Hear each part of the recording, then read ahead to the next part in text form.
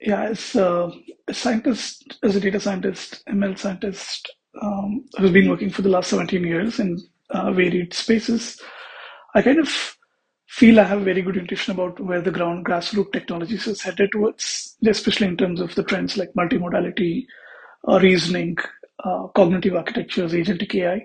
I think as scientists, many of us probably get this really well. One of the things that I've been trying to understand is what is the macro prediction that we can make about these basically grassroots technologies can make on our lives? And there are, of course, various predictions being made by different kinds of people in different traditions.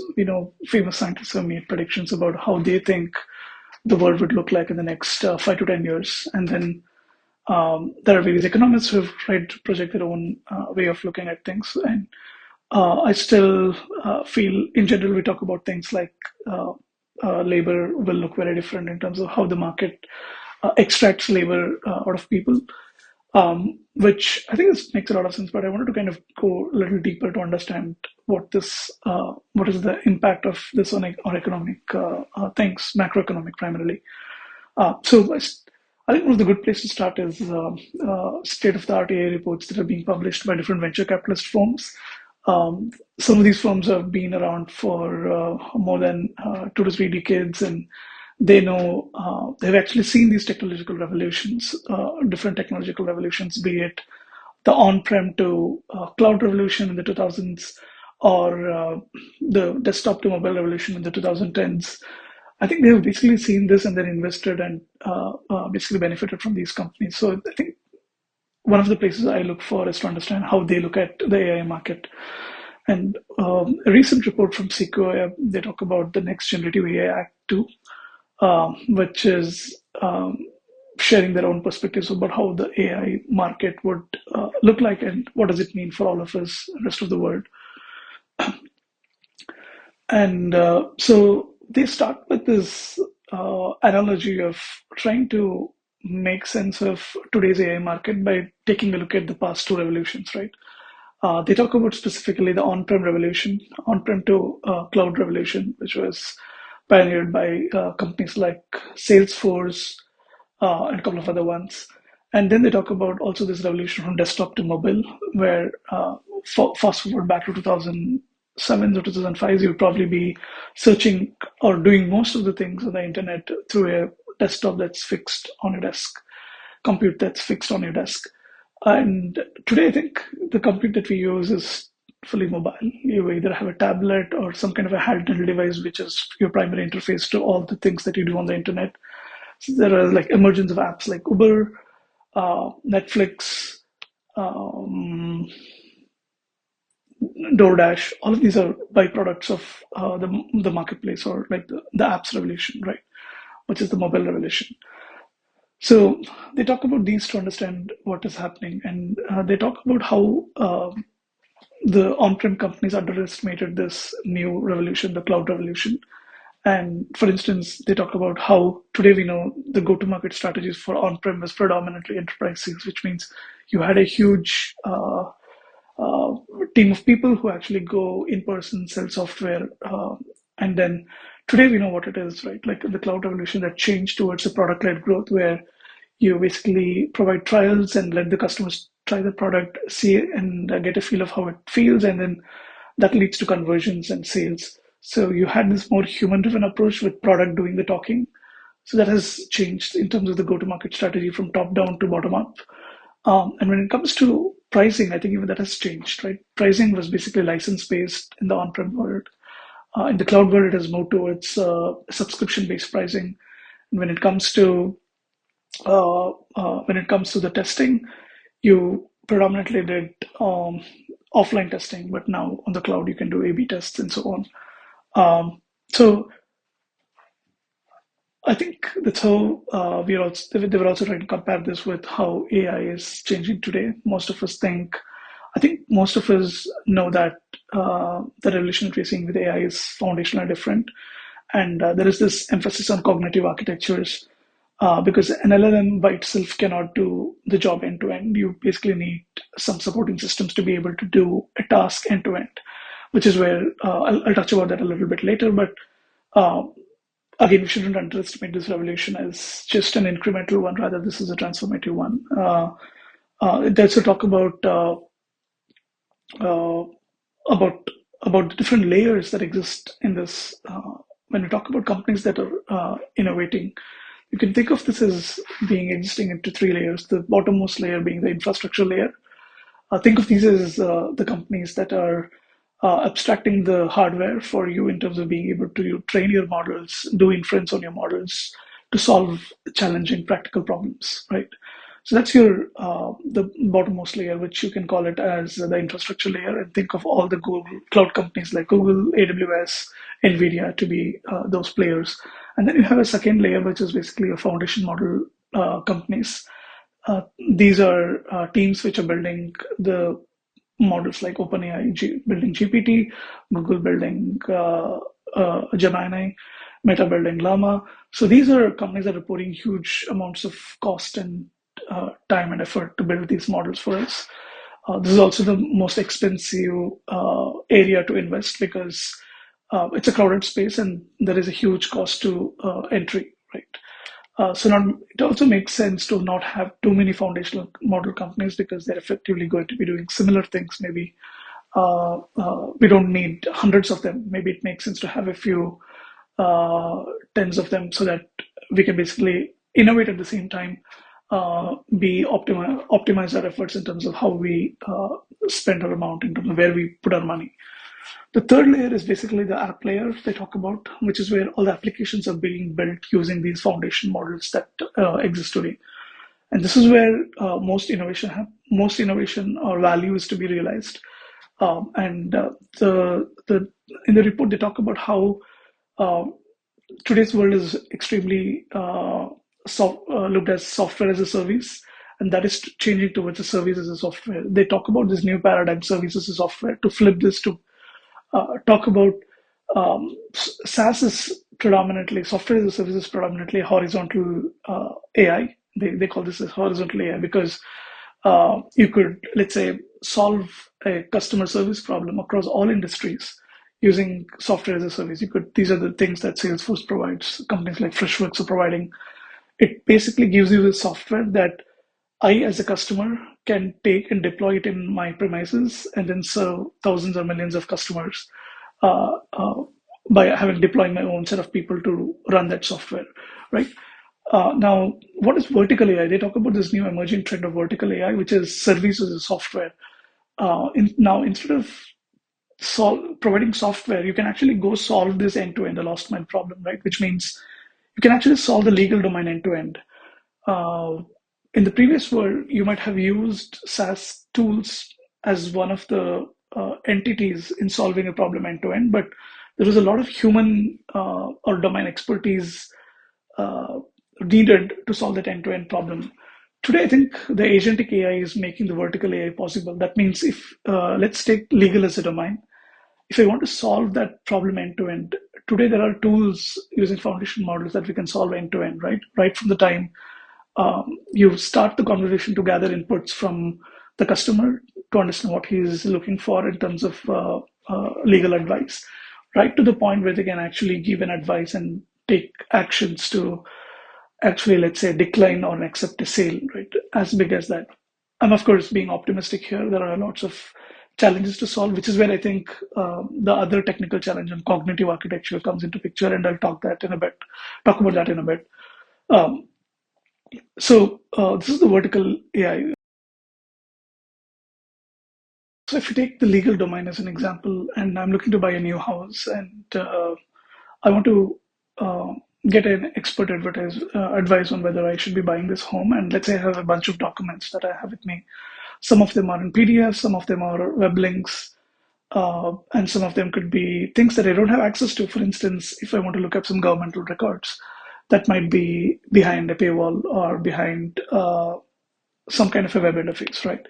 So in such a case, I think one is access to legal advice is super expensive, and with foundation models, I think there has been this revolution where you can actually use the reasoning capabilities of these large language models to automate this process end to end, right? With little human involvement. Of course, you might want to encode the knowledge of legal human expert into the system in terms of what they would look for. And I think to a large extent, the pre-training does a good job of getting a general idea for the field in terms of what are the kind of things they look at.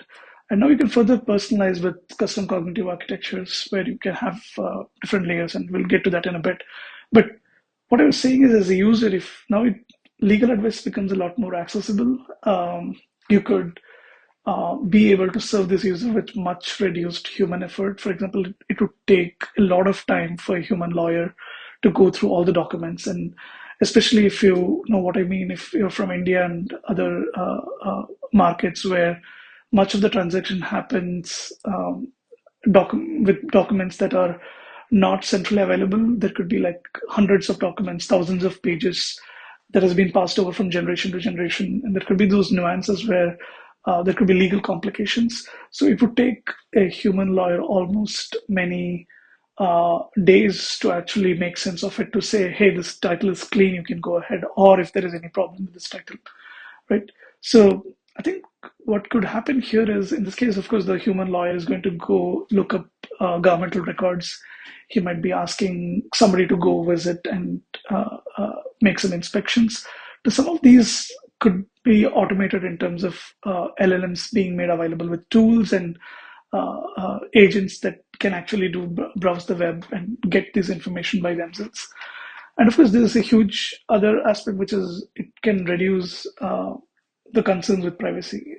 Nobody needs to know that you're buying a home and you're sharing these sensitive documents with them. Rather, the AI is going to securely read them and make sense out of it, right? So this is what we mean by vertical AI, and there are a few companies which are already doing this. Similarly, you can think of agents which are solving medical domain. Let's say if you want to get a advice on your health, or be it, let's say, you're basically an airlines that is trying to solve customer queries or customer tickets on a domain. These are the things that are being something that's made possible with LLMs that was not possible, and so they make a prediction. The vertical AI is the next big thing.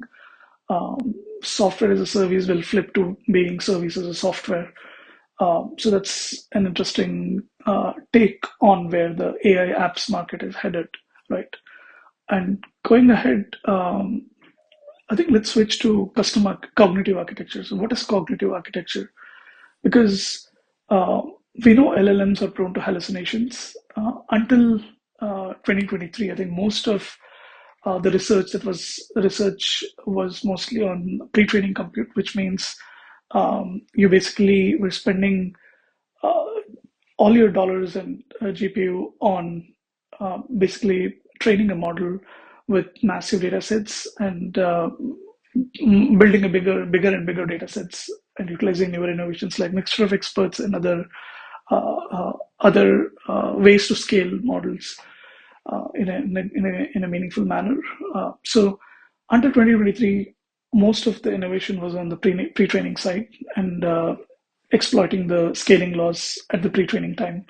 What's evolving now with especially models like OpenAI's O1 model, the one that's being project coded as strawberries, or the one that's being coded as the reasoning model, right? So that's starting to open a new paradigm of solving problems, which is called inference time compute. It so happens that to be able to solve a problem, you can, of course, scale by using training time compute. But what is also showing up is you could also make use of or exploit test time compute, which is inference time compute. And this is something that's not new to many. I think it was a very clever idea to match or to marry the two concepts of being able to do planning, like do a Monte Carlo search, which is basically a different way to say trying to simulate 2 to 3 steps ahead of time, which is what AlphaGo was doing when it was playing chess with human experts, right? At every point in step when it was required to make a decision, it would basically try to play 2 to 3, or even in cases 10 or 15 steps ahead. In some cases, being able to play the entire game end to end to identify who would win, right? And that becomes a reward for this model to say, hey, I have tried like 30 different paths because I have this massive compute, and I feel the best move that you could make is this. Uh, this is called test time compute because the we are not training retraining the model. We are just using the trained model, but we are letting the model play against itself to make enough moves to determine where the game might end, right? And that leads to a reward signal that basically improves over time, that improves this model over time. So that's inference time compute, and what is believed is OpenAI's O1 model is doing some part of that. So it's basically doing multiple hypothesis generation using chain of thought, and it's basically trying to refine itself over and over by asking this question: "Hey, is this looking good?" and going back one or two steps, changing things again, retrying things until until it's confident that this is the best answer to give for a given question. So this is called inference time compute, and that's why it's called a thinking model, right? Just like how humans spend more time on a harder problem to think and then answer, um, we are trying to mimic that with LLMs. And there is another name to it, which is called agentic AI. Because if you look at these models, they are trying to access a bunch of different tools in order to be able to be successful at this. Like for instance, in this case, the LLM or the AI model itself might have access to web browsing as a tool. It could have a PDF reader as a tool. It could have Python code interpreter as a tool. All of these are basically aids, just like how humans would solve a problem by using these accessories like calculator, a scratch pad, a pen and paper. We're basically giving the equivalent of the physical tools. We are doing the same thing in a digital world, right? So that's the agentic AI. And so, as you know, when we talk about cognitive architecture, there are a couple of key components to it, right? The first one is the brain, which you can think of largely as the LLM itself. And then you need memory. And memory itself, just like humans, we have different kinds of memory, like short-term memory, long-term memory. So we're trying to mimic similar things in the cognitive architecture, being able to build data structures that can process and store facts and events in an efficient way. And then, like I said, you need tools or APIs to be able to act on the real world. So that becomes your another part in the cognitive architecture. And then you could have some generic rules or domain constraints, right? For instance, if I am Amazon, I might have certain rules about where I can sell or what products I sell in a particular marketplace. These could be your constraints or domain-driven knowledge that you can embed in these cognitive architectures. So you can have an LLM that's pretty good at reasoning at various tasks, but the moment you can kind of plug in these components that are missing today in LLM, you kind of build an entire system that solves a problem end to end.